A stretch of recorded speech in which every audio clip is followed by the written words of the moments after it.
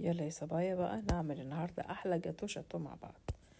في بولة ونزلت ب3 كوبايات دقيق، انا عاملة مقدارين، ممكن تعملي نص الكمية.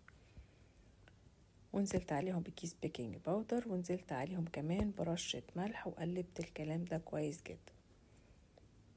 في محضرة الطعام نزلت بكوبايتين سكر، المج بتاعي 200 ملي، ونزلت عليهم كمان بكوباية زيت ومعلقة سمنة بلدي، ده للنكهة اختياري.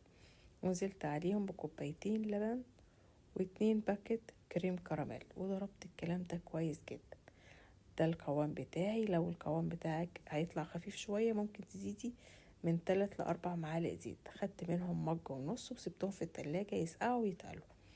في بقية الخليط نزلت عليهم ب4 بيضات ورشة فانيليا، وضربتهم كويس جدا. خدت الخليط وحطيته على الدقيق وقلبت لحد لما بقى شكل الخليط كده اهوت.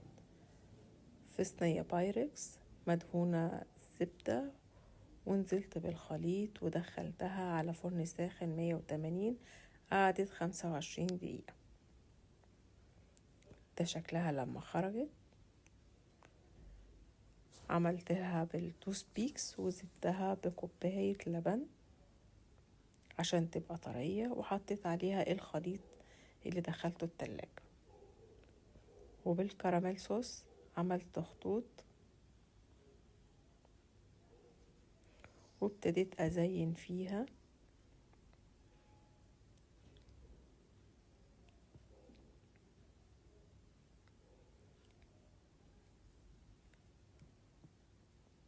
وبعدين بقيت أعمل خطوط مرة بالطول، رايح جاي رايح جاي، وده شكلها ولا طعمها تحفة، وصحتين وعافية على قلوبكم.